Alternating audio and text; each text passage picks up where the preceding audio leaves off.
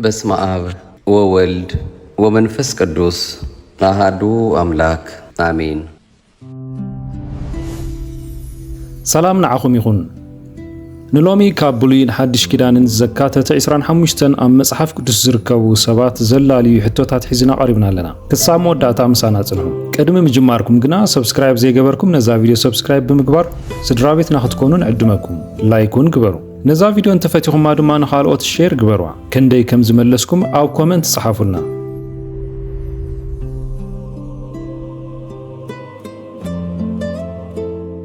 ዝጠፍአ ኣዱ ገቦኡ ክደሊ ምስ ወፀ ንንግስና ዝተመርፀ መን እዩ? ዳዊት፣ ሳኦል፣ ሰሎሞን?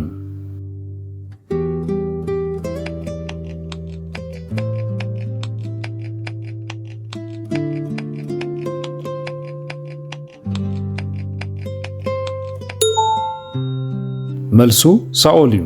ሳኦል ቀዳማይ ንጉስ እስራኤል ኮይኑ ዝጠፍአ ኣዱ ገቦኡ ክደሊ ምስ ወፀ ግና ንንግስና እዩ ተሓርዩ።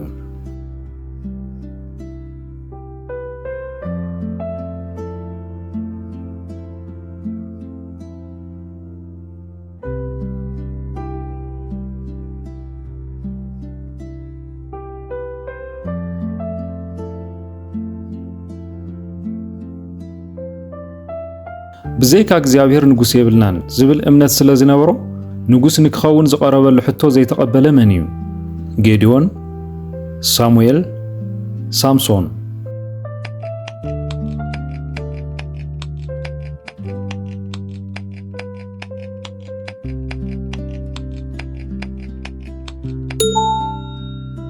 መልሱ ጌዲዮን እዩ። ጌዲዮን ንእስራኤላውያን ካብ ምድያማውያን ሓራ ምስ ኣውፅኦም ንጉስ ንክኸውን ምስ ሓተትዎ ንጉስና እግዚአብሔር ጥራይ ብምባል ነጸግዖ።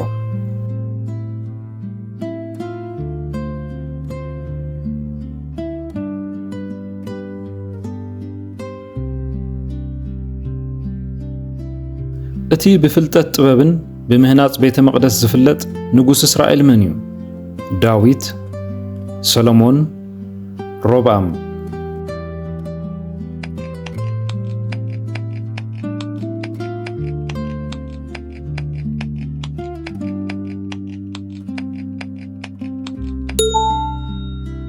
መልሱ ሰሎሞን እዩ። ንጉስ ሰሎሞን ካብ ኣምላኽ ዓብይ ጥበብ ዝተዓደሉ ኮይኑ ነቲ ቀዳማይ ክቡር ቤተ መቕደስ ኢየሩሳሌም ዝሃነጸ እዩ።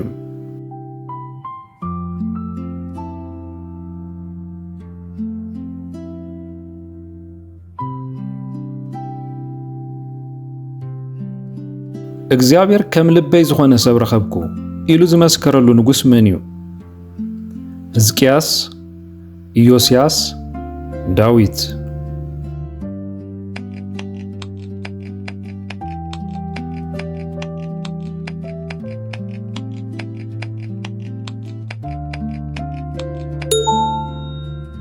መልሱ ዳዊት እዩ። ንጉስ ዳዊት ልቡ ፍቕሪ ኣምላኽ ዝነበሮ መጽሓፍቲ መዛሙር ዝጸሓፈን እግዚአብሔር ፈትዩ ዝመረጾን እዩ።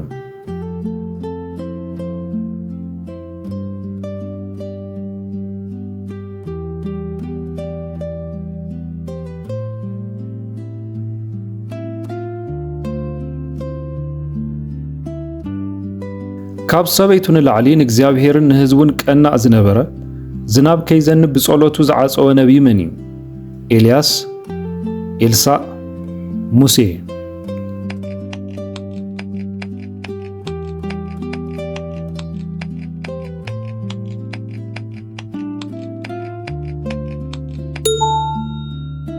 መልሱ ኤልያስ እዩ። ነቢይ ኤልያስ ንእግዚአብሔር ዓብይ ቅንዓት ዝነበሮ ኮይኑ ሰማይ ዓጽዩ 3 ዓመትን መንፈቕን ከይዘንብ ዝገበረ እዩ።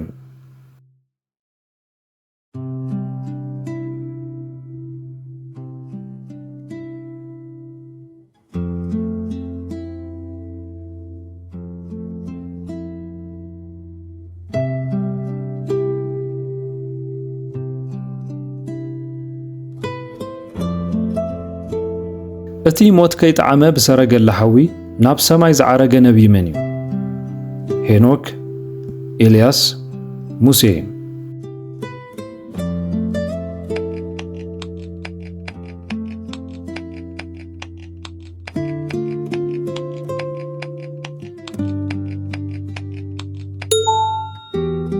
መልሱ ኤልያስ እዩ።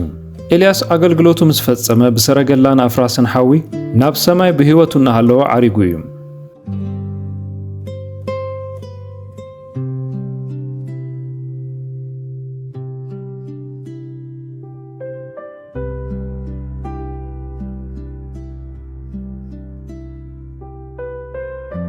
ካብ ማህፀን ድዩ ጀሚሩ ዝተቐደሰ ንንጉስ ሳኦልን ንዳዊትን ዝቐብአ መን እዩ? ሳሙኤል፣ ናታን፣ ኤሊ።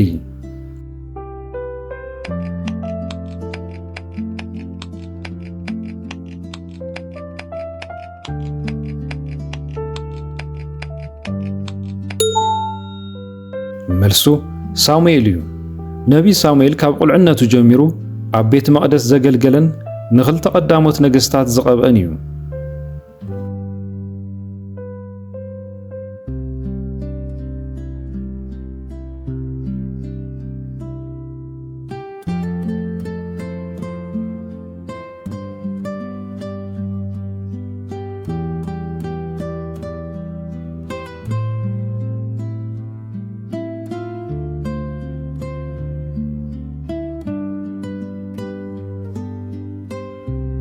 ንህዝቢ እስራኤል ካብ ባርነት ግብፂ ዘውፅኦም ሕጊ 10 ትእዛዛት ካብ ኣምላኽ ዝተቐበለ መራሒ መን እዩ? ኢያሱ፣ ሙሴ፣ ኣሮን።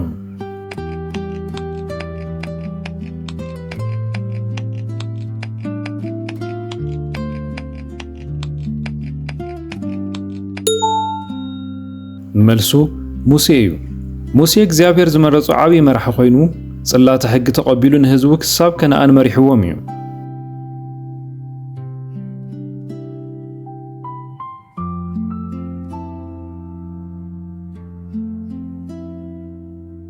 ድሕሪ ሙሴ ሙማቱ ንህዝቢ እስራኤል መርሑ ዮርዳኖስ ዘሳገረን ምድሪ ከነኣን ዘውረሰን ሓያል መራሒ መን እዩ? ካሌብ፣ ኢያሱ፣ ጌድዮን።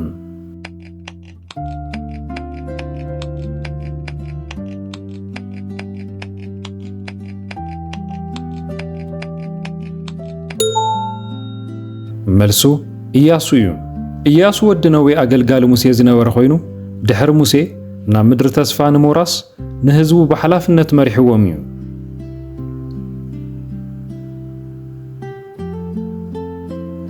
ኩሉ ሃብቱን ደቁን ምስ ጠፍአ እኳ እግዚአብሔር ሃበ እግዚአብሔር ነሰአ ኢሉ ንኣምላኽ ዘመስገነ ጻድቕ ሰብ መን እዩ?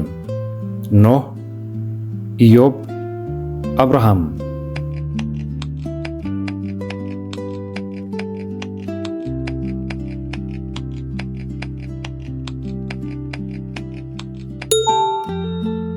መልሱ ኢዮብ እዩ።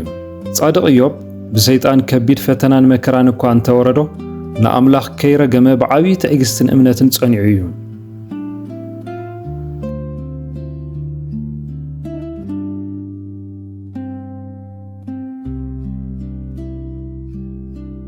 ጎይታና ኢየሱስ ክርስቶስ ካብ ሞት ዘተንስኦ ኣሕዋት ማርታን ማርያምን ዝነበረ መን እዩ?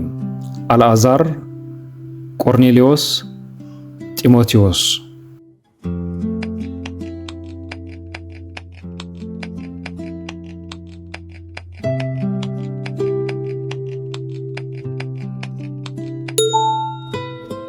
መልሱ አልዓዛር እዩ። አልዓዛር ሓሚሙ ምስ ሞተን 4 መዓልተ መቃብር ምስ ጸንሐን ጎይታና ኢየሱስ ክርስቶስ አልዓዛር ንዓውፃእ ብምባል ካብ ሞት ዘተንስኦ ናይ ቀረባ ፈታዊ ነበረ።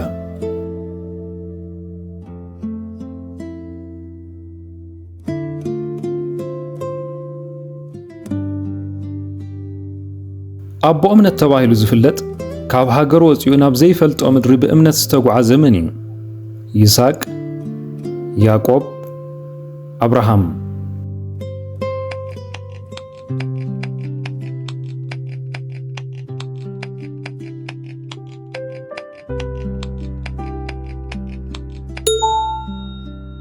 መልሱ አብርሃም እዩ።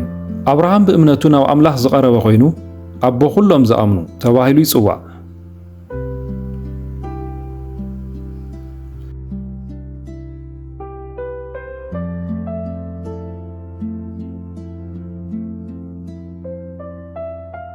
ብሕልሙን ብትርጉም ሕልምን ዝፍለጥ ኣብ ግብፂ ካልኣይ ገዛእ ዝነበረ መን እዩ? ሮቤል፣ ዮሴፍ፣ ብንያም።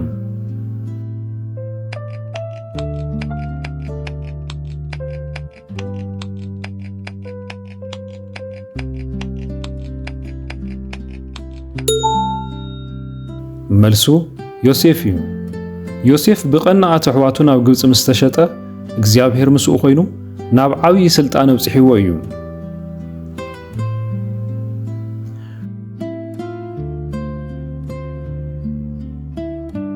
ናብ ጉድጓድ ኣናብስ ዝተደርበየ ብእምነቱ ግና ካብ ኣናብስ ዝደሓነ ነቢይ መን እዩ?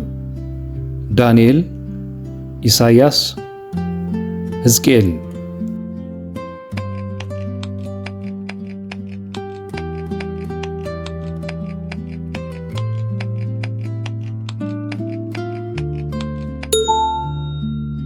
መልሱ ዳንኤል እዩ። ነቢይ ዳንኤል ናብ ጉድጓድ ኣናብስ ተደርቢ ከሎ እግዚኣብሔር መልኣኹ ሰዲዱ ናይቶም ኣናብስ ኣፍ ሒዙ ኣድሒንዎ እዩ።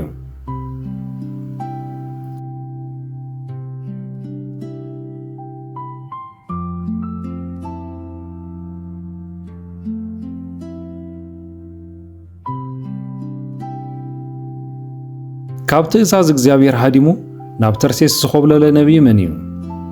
ሚክያስ፣ ዮናስ፣ ሆሴዕ።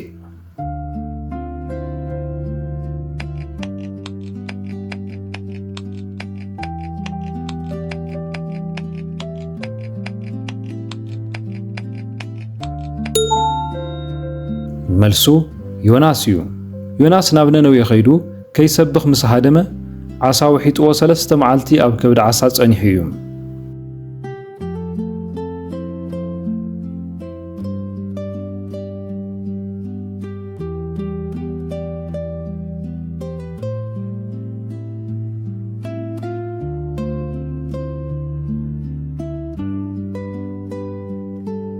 ንጎይታና ኢየሱስ ክርስቶስ መንገዲ ዝጸረገ ኣብ በረኻ ኢየሩሳሌም ዝሰብኽ ዝነበረ መን እዩ? ዮሐንስ መጥምቕ፣ ሐዋርያ ዮሐንስ፣ ጳውሎስ።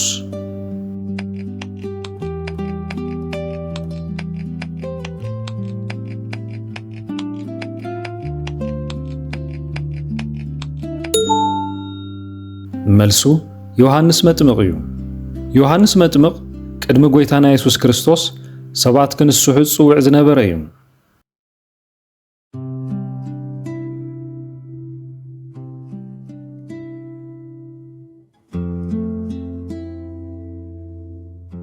ካብቶም 12 ሐዋርያት ንጎይታና ኢየሱስ ክርስቶስ ንስኻ ክርስቶስ ወዲ ሕያው ኣምላኽ ኢኻ ኢሉ ዝመስከረ መን እዩ? ዮሐንስ፣ ጴጥሮስ፣ እንድርያስ።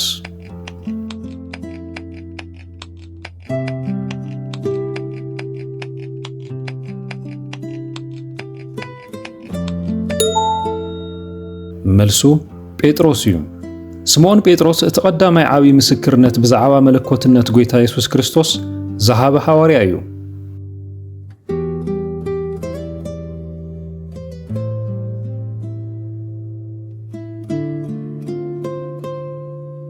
መጀመርታ ንቤተ ክርስቲያን ጸኒሑ ግና ናብ ኣሕዛብ እተለኣኸ ሐዋርያን ጸሓፊ መጽሓፍትን መን እዩ? በርናባስ፣ ጳውሎስ፣ እስጢፋኖስ።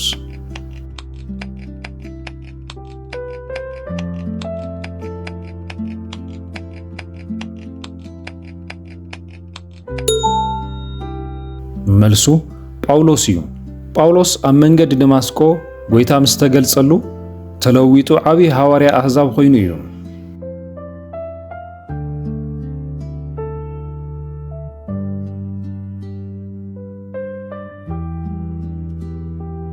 ካብቶም ደቀ መዛሙርቲ ንጎይታና ኢየሱስ ክርስቶስ ብ30 ቅርሺ ሕሊፉ ዝሃቦ መን እዩ?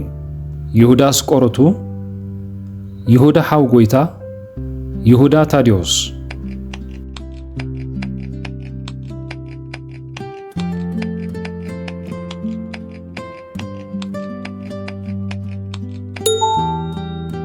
መልሱ ይሁዳ አስቆሮቱ እዩ። ይሁዳ አስቆሮቱ ካብ 60 ገንዘብ ዝተላዕለ ንመምህሩ ሕሊፉ ይህብዎ እዩ።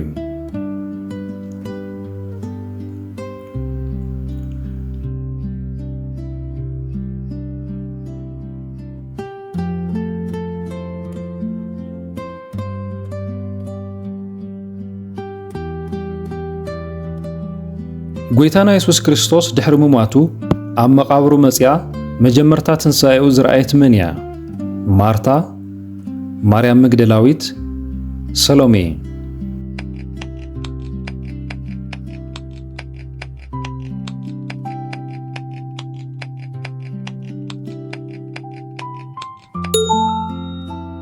መልሱ ማርያም መግደላዊት እያ። ማርያም መግደላዊት ብጌሓት ናብ መቃብር ብምኻድ ንትንሣኤ ጎይታ ቀዳሚት ምስክር ዝኾነት እያ።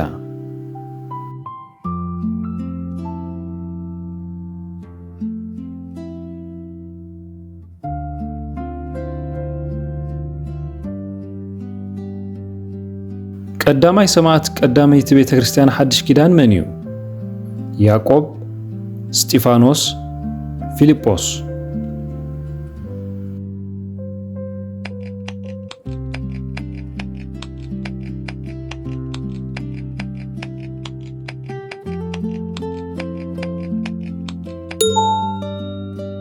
መልሱ እስጢፋኖስ እዩ።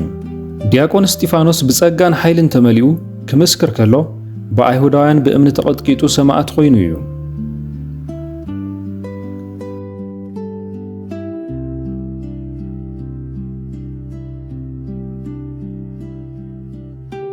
ብዛዕባ ዳግም ምውላድ ንጎይታና ኢየሱስ ክርስቶስ ዝሓተተ ፈሪሳዊ መን እዩ? ገማልያል፣ ኒቆዲሞስ፣ ቀያፋ።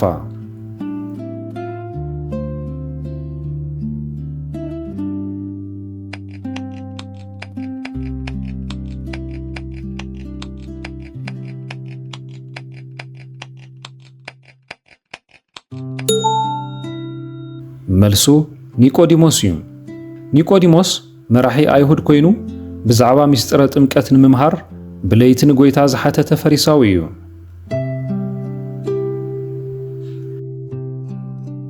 ብዛዕባ ትንሣኤ ጎይታና ኢየሱስ ክርስቶስ ሰሚዑ ኣሰር ምስማር ኣብ ኢዱ እንተዘይረኣኹ ኣይኣምንን ዝበለ ሐዋርያ መን እዩ? ቶማስ፣ ፊልጶስ፣ በርተሎሜዎስ።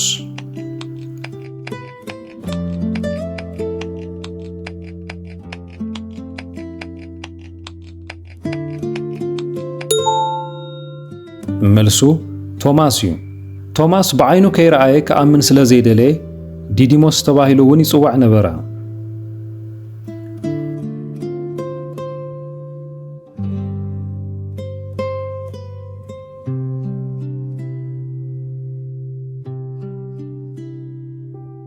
ጎይታና ኢየሱስ ክርስቶስ ኣባጊዐ የብልዕ ኢሉ 3 ሳዕ ሓደራ ዝሃቦ ሐዋርያ መን እዩ? ዮሐንስ፣ ጴጥሮስ፣ ያዕቆብ።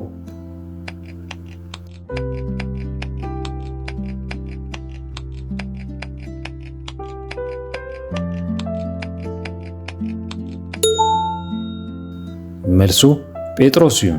ጴጥሮስ ንጎይታ 3 ሳዕ ድሕሪ ምኽሓዱ ጎይታ እንደገና ሓላፍነት ጓሳነት 3 ሳዕ አረጋጊጹ ሓደራ ሂብዎ እዩ።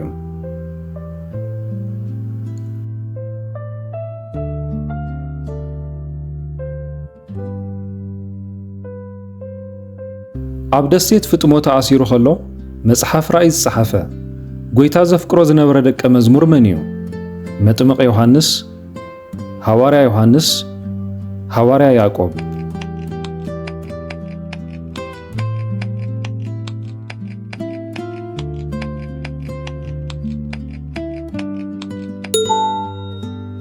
መልሱ ሐዋርያ ዮሐንስ እዩ።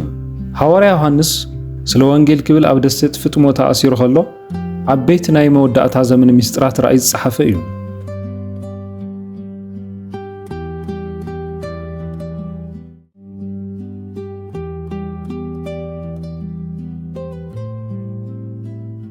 ክቡራት ተኸታተልቲ ሲቲኤም ንሎሚ ዘዳለናዮም 25 ብሉጻት ሕቶታትን መልስታትን ኣብዚ ዛዚምና ኣለና።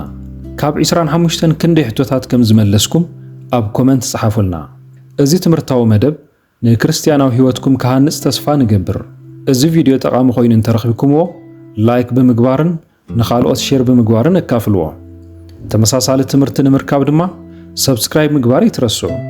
ሰላም ኣምላኽ ምስ ኩላትና ይኹን።